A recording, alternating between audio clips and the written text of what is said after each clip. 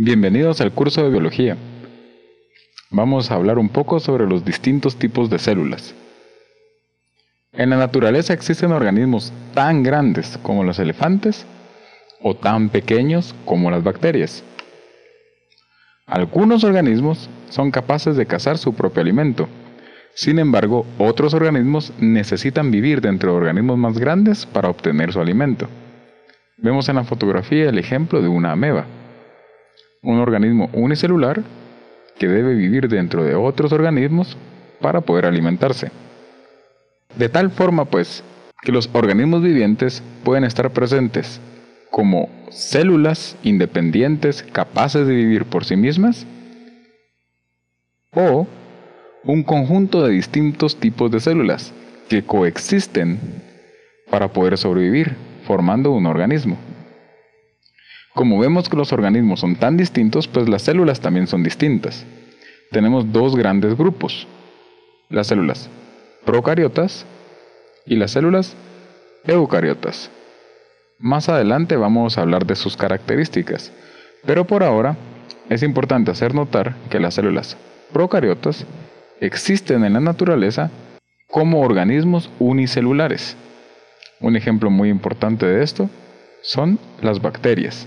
Por otro lado, los organismos pluricelulares, como el ser humano, están constituidos de células eucariotas. Hay algunos tipos de células eucariotas que pueden existir como organismos unicelulares. Un buen ejemplo de esto son algunos parásitos, como las amebas. Como ya hemos visto, en la naturaleza existen dos grandes tipos de células: las células procariotas y las células eucariotas. Vamos a ver las características de cada uno de estos tipos. Empecemos por los procariotas. Este grupo de células se llama de esta manera, derivado del prefijo pro, que es un prefijo griego que significa antes, y el prefijo carión, que significa núcleo. De tal forma que los procariotas no tienen un núcleo verdadero. Su contenido genético está en el citoplasma sin estar envuelto en una membrana nuclear. Esta estructura de material genético que no tiene membrana nuclear se conoce como nucleoide. Dentro de todas las células procariotas son células pequeñas. En su citoplasma no contienen estructuras membranosas.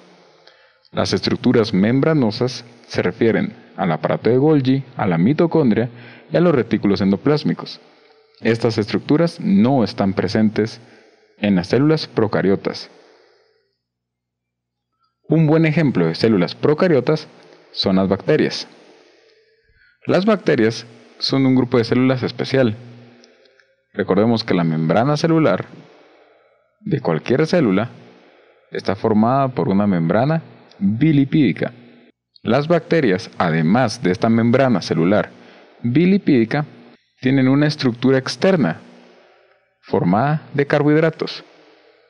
A esta estructura externa se le conoce como pared celular. Las células procariotas se dividen en dos grandes grupos: las arqueobacterias y las eubacterias. Se cree que las arqueobacterias son las bacterias más antiguas que existen, porque son capaces de sobrevivir en ambientes hostiles, en ambientes muy difíciles. Por ejemplo, el subgrupo conocido como halófilas es un grupo capaz de sobrevivir en ambientes muy salados. El subgrupo conocido como termoacidófilas es un grupo de bacterias capaz de sobrevivir en cráteres de volcanes. El subgrupo de bacterias conocidas como metanógenas son un grupo de bacterias que producen metano como parte del metabolismo celular. Al segundo grupo de procariotas se les conoce como eubacterias. Dentro de las eubacterias están las cianobacterias y los micoplasmas. Las cianobacterias son importantes porque son un subgrupo de bacterias que producen como parte de su metabolismo el oxígeno, y se cree que son responsables de la presencia de oxígeno en la atmósfera. Los micoplasmas, por otro lado, son un grupo de bacterias que tienen la característica de no tener pared celular, solo contienen membrana. Por otro lado, los eucariotas son células que sí tienen un núcleo rodeado de membrana, es decir, que su material genético está empaquetado dentro de una estructura membranosa. Comparadas con los procariotas, son células de mayor tamaño. Y además, las células eucariotas sí poseen estructuras membranosas intracelulares, como el aparato de Golgi, los retículos endoplásmicos, las mitocondrias, los lisosomas, etc. Las células eucariotas son capaces de sobrevivir de manera unicelular, por ejemplo, las amebas, o son capaces de coordinar unas células con otras células para formar un organismo pluricelular, como es el caso de los seres humanos. En este cuadro comparativo de resumen podemos comparar fácilmente. Podemos ver un cuadro comparativo de procariotas y eucariotas. Vemos que los procariotas no tienen núcleo verdadero y los eucariotas sí. Los procariotas son células más pequeñas, de aproximadamente 1 micrómetro de diámetro, que es más o menos la millonésima parte de un metro, mientras que los eucariotas son un poco más grandes, de 10 a 100 micrómetros. Los eucariotas sí tienen un citoesqueleto, mientras que los procariotas no. Los procariotas no tienen organelos citoplasmáticos membranosos y los eucariotas sí.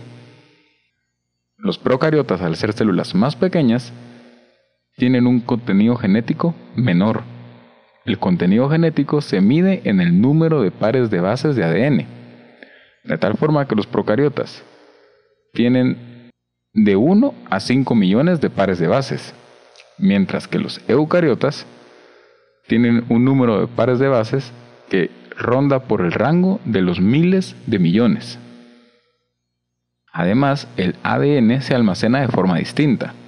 Los procariotas almacenan el ADN en un cromosoma que tiene forma circular y es un cromosoma único, mientras que los eucariotas almacenan su material genético, su ADN, en múltiples cromosomas, de tal forma que el ADN se organiza en moléculas lineales. Ya habiendo visto las diferencias entre las células procariotas y las células eucariotas, veremos cómo las células eucariotas cumplen distintas funciones dentro del organismo humano. Recordemos que el ser humano es un organismo pluricelular. Esto quiere decir que está constituido por muchas células eucariotas. Para que el ser humano pueda sobrevivir, cada célula debe cumplir con funciones específicas, de tal forma que las funciones de una célula son distintas de las funciones de otra célula. A este fenómeno, por el cual cada célula es diferente al resto de células, se le conoce como la especialización celular, o otra forma de denominarlo es la diferenciación celular. Veamos un par de ejemplos. Las células que el organismo utiliza para defendernos contra las infecciones se le conoce como glóbulos blancos. Estas células luchan contra las bacterias para evitar que nos enfermemos. Dentro de la familia de células especializadas, conocidas como glóbulos blancos, también existen células que son todavía más especializadas. En el diagrama podemos ver, por ejemplo, a las células conocidas como los macrófagos y a las células conocidas como los neutrófilos. Cada una de estas células tiene funciones especiales dentro del sistema inmune. Otro ejemplo también es cómo se permiten los movimientos. Tenemos células especializadas en los movimientos, que son las células musculares. Si ustedes ven en el diagrama, estas células son distintas de las anteriores, pues son células largas. Y no solo son largas, sino que en su interior contienen fibras, que son conocidas como las miofibrillas. Estas fibras son las que permiten que la célula se contraiga y que nosotros podamos realizar un movimiento. También tenemos células que son especializadas para la comunicación. Por ejemplo, las neuronas. Las neuronas son células altamente especializadas, que son muy útiles para la conducción de impulsos eléctricos. En el diagrama vemos cómo una célula recibe impulsos eléctricos en esta parte conocida como las dendritas, y el impulso eléctrico viaja a lo largo de la célula hasta llegar al axón. Cuando el impulso eléctrico llega a este punto, se comunica hacia otra neurona. Esta célula está presente en el cerebro, en la médula espinal y en los múltiples nervios que hay a lo largo de nuestro cuerpo. Las células que se encargan de transportar oxígeno desde los pulmones hacia el resto de tejidos del organismo se llaman eritrocitos. Estas células son altamente especializadas. Como vemos en este diagrama, los eritrocitos no tienen núcleo, pero aunque no tengan núcleo, sí son células eucariotas, porque los eritrocitos al principio sí tienen un núcleo, pero ese núcleo lo pierden para poder ocupar más espacio en transportar oxígeno. Si ustedes ven aquí, los eritrocitos tienen una forma diferente, una forma especial. Esta forma se le conoce como disco bicóncavo y les permite ser más eficientes para transportar el oxígeno. Es fácil ver cómo comprender los distintos grados de diferenciación celular de las células eucariotas tiene aplicaciones en medicina. Por ejemplo, en enfermedades.